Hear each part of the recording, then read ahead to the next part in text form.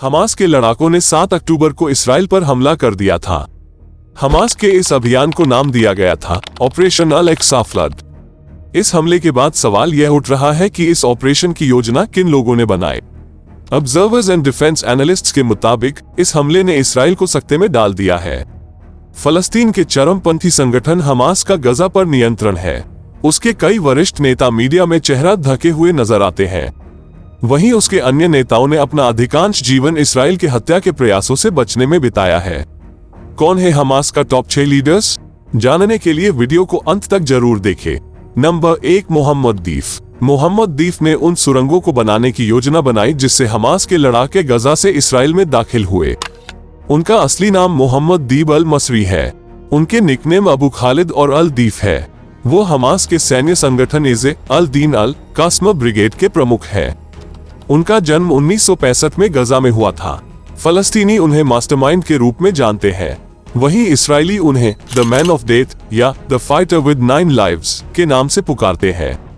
मोहम्मद दीफ ने Islamic university of गजा से जीव विज्ञान में स्नातक की डिग्री ली है।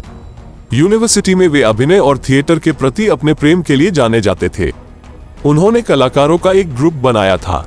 जब हमास की स्थापना की घोषणा हुई तो वो बिना किसी हिचकिचाहट के इसमें शामिल हो गए। इसराइली अधिकारियों ने उन्हें 1989 में गिरफ्तार कर लिया। हमास की सैन्य शाखा में काम करने के आरोप में उन्होंने बिना किसी मुकदमे के 16 महीने जेल में बिताए। जेल में रहने के दौरान दीफ ने इसराइली सैनिकों को पकड़ने के उद्देश्य से हमास से अलग एक आंदोलन स्थापित करने के लिए ज़कारिया अल शोरबागी और सलाह शेहादेह के साथ सहमति जताई। यही बाद में अल कास्म ब्रिगेड बन गया। जेल से रिहा होने के बाद दीफ इज़े अल दीन अल कास्म ब्रिगेड के प्रमुख नेता के रूप में उभरे। वो इसके संस्थापकों में से एक थे। दीफ उन सुरंगों के निर्माण के इंजीनियर थे जिनसे होकर हमास के लड़ाके गजा से इसराइल में दाखिल हुए थे। इसके साथ ही वो उन लोगों में शामिल हैं जिन्होंने बहुत अधिक संख्या में रॉकेट छोड़ने की रणनीति को बढ़ावा दिया। हालांकि उनके ऊपर सबसे गंभीर आरोप हमास के लिए बम बनाने वाले याह्या अय्याश की हत्या का बदला लेने की योजना बनाने का है। इन अभियानों के दौरान एक बस पर हुए बम हमले में करीब 50 इसराइलियों की मौत हो गई थी। ये घटना 1996 की शुरुआत में हुई थी।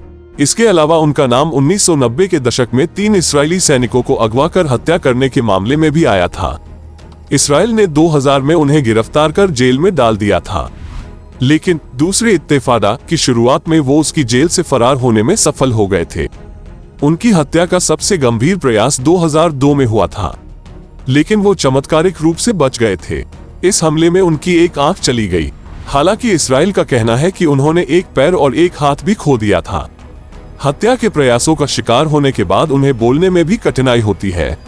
साल 2014 में गजा पर करीब 50 दिन तक हुए हमले के दौरान भी इसराइली सेना उनकी हत्या करने में नाकाम रही, लेकिन उसने उनकी पत्नी और 2 बच्चों की हत्या कर दी।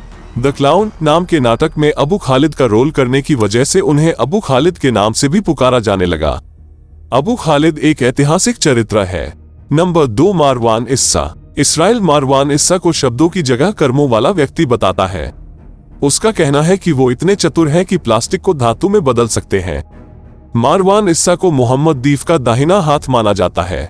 वो इज़ल दीन अल कास्म ब्रिगेड के डिप्टी कमांडर इन चीफ और हमास आंदोलन के राजनीतिक और सैन्य ब्यूरो के सदस्य हैं। इसराइली सुरक्षा बलों ने उन्हें पहले इंतिफादा के दौरान हिरासत में लिया था। हमास के साथ सक्रियता की वजह से इसराइल ने उन्हें 5 साल तक हिरासत में रखा। वो हमास से अपनी जवानी के दिनों में ही जुड़ गए थे। इसराइल का कहना है कि जब तक वो जीवित रहेगा, हमास के साथ उसका दिमागी युद्ध चलता रहेगा। इस्सा एक प्रतिष्ठित बास्केटबॉल खिलाड़ी के रूप में उभरे, लेकिन खेल उनका करियर नहीं बना क्योंकि इसराइल ने 1987 में उन्हें हमास में शामिल होने के आरोप में गिरफ्तार कर लिया था। फलस्तीनी प्राधिकरण ने उन्हें 1997 में गिरफ्तार कर लिया था।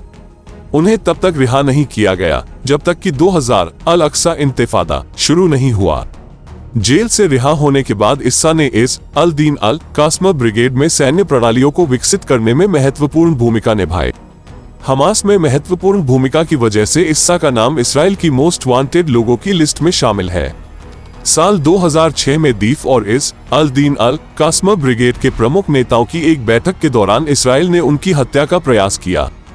इस हमले में वो घायल हो गए थे, लेकिन उन्हें मिटाने का इसराइली प्रयास सफल नहीं हुआ।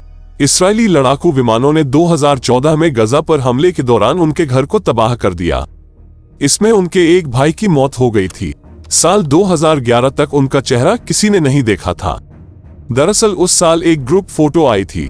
ये फोटो इस्राएली सैनिक गिलेड शालित की रिहाई के बदले रिहा किए गए फलस्तीनी कैदियों के स्वागत समारोह की थी। उन्हें अबू अल बारा के नाम से भी जाना जाता है। उनका नाम घुसपैठ की योजनाएं बनाने में आया है।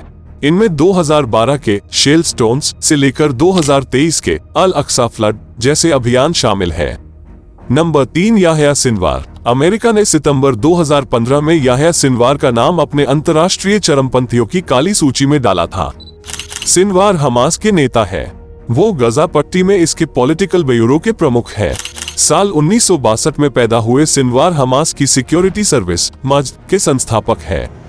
मज्द गजा में आंतरिक सुरक्षा का काम देखता है। इसमें सस्पेक्टेड इस्राएली एजेंटों की जांच पड़ताल जैसे काम शामिल है। वो खुद इस्राएली खुफिया और सिक्योरिटी सर्विस के अधिकारियों पर नजर रखते हैं। सिनवार को 3 बार गिरफ्तार किया जा चुका है। इस्राएली सुरक्षा बलों ने पहली बार उन्हें 1982 में गिरफ्तार किया था। उस समय उन्हें 4 महीने तक जेल में रखा गया था। सिनवार को 1988 में तीसरी बार गिरफ्तार किया गया था। इसके बाद उन्हें उम्र कैद की सजा सुनाई गई थी। वो जेल में सजा काट रहे थे। इस दौरान हमास की एक मिसाइल ने इस्राएली सैनिक गिलेड शालित के टैंक को तबाह कर दिया था। शालित को हमास ने बंदी बना लिया था। अपने एक सैनिक की रिहाई के बदले में इस्राएल ने 2011 में हमास और फतह के कई कैदियों को रिहा किया था। इनमें याह्या सिनवार भी शामिल थे। इस्राएल की कैद से रिहा होने के बाद सिनवार हमास में अपने पुराने पदों पर फिर लौट गए। सिनवार को 13 फरवरी 2017 को गजा पट्टी में हमास के पॉलिटिकल ब्यूरो का प्रमुख नियुक्त चुना गया। उन्होंने इस्माइल हानिया की जगह ली। नंबर 4, अब्दुल्ला बरघौती। अब्दुल्ला बरघौती एक इंजीनियर है। इन्होंने डेटोनेटर बनाने के अलावा आलू से विस्फोटक उपकरण और विषाक्त पदार्थ भी बनाए हैं।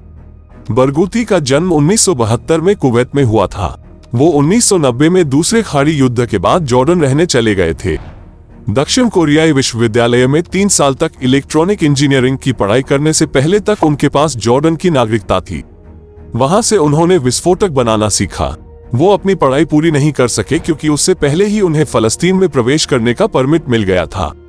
उनके आस पास के लोगों में से कोई भी उनकी विस्फोटक बनाने की क्षमता के बारे में नहीं जानता था। एक दिन वो अपने चचेरे भाई बिलाल अल बरगूती को वेस्ट बैंक के एक दूरदराज के इलाके में ले गए। वहां उन्होंने अपने कौशल का प्रदर्शन किया। बिलाल ने अपने कमांडर को बताया कि उन्होंने क्या देखा था। इसके बाद अब्दुल्ला बरगूती को is Al Deen Al कास्म brigade के रैंक में शामिल होने के लिए आमंत्रित किया गया। अब्दुल्ला बरगूती ने अपने कस्बे के एक गोदाम में सैन्य उत्पादन के लिए एक विशेष कारखाना लगाया था। बरगूती को इस्राएली सुरक्षा बलों ने 2003 में संयोगवश गिरफ्तार कर लिया था। उनसे 3 महीने तक पूछताछ की गई थी।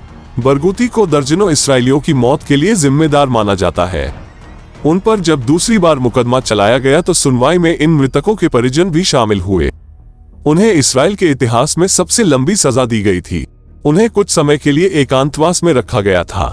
इसके विरोध में उन्होंने भूख हड़ताल शुरू कर दी थी। इसके बाद उनका एकांत कारावास खत्म कर दिया गया था।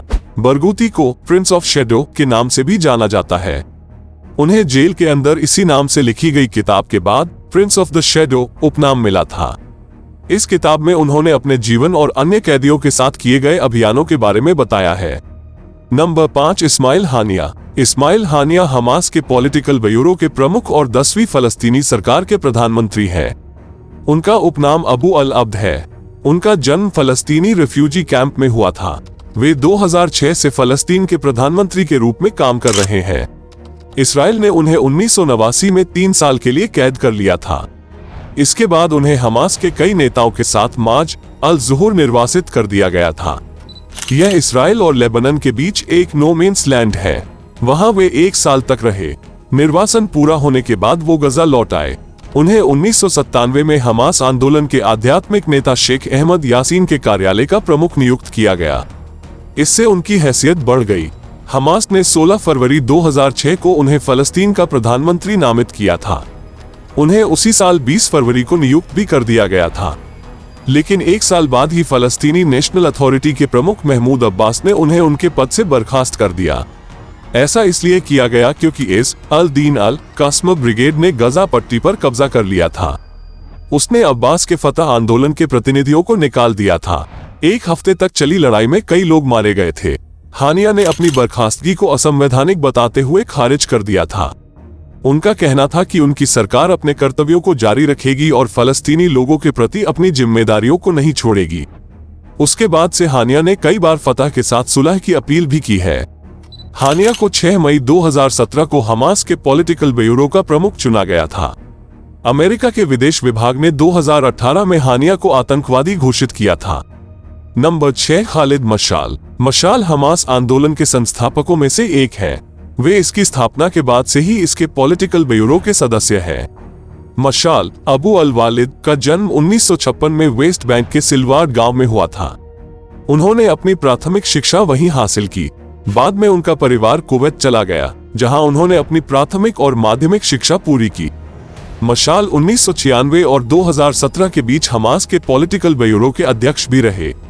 साल 2004 में शेख अहमद यासीन की मौत के बाद मशाल को इसका नेता नियुक्त किया गया। तो दोस्तों, ये था हमास के टॉप 6 लीडर्स की स्टोरी। वीडियो अगर इंफॉर्मेटिव लगी तो प्लीज इसे लाइक एंड शेयर कीजिए।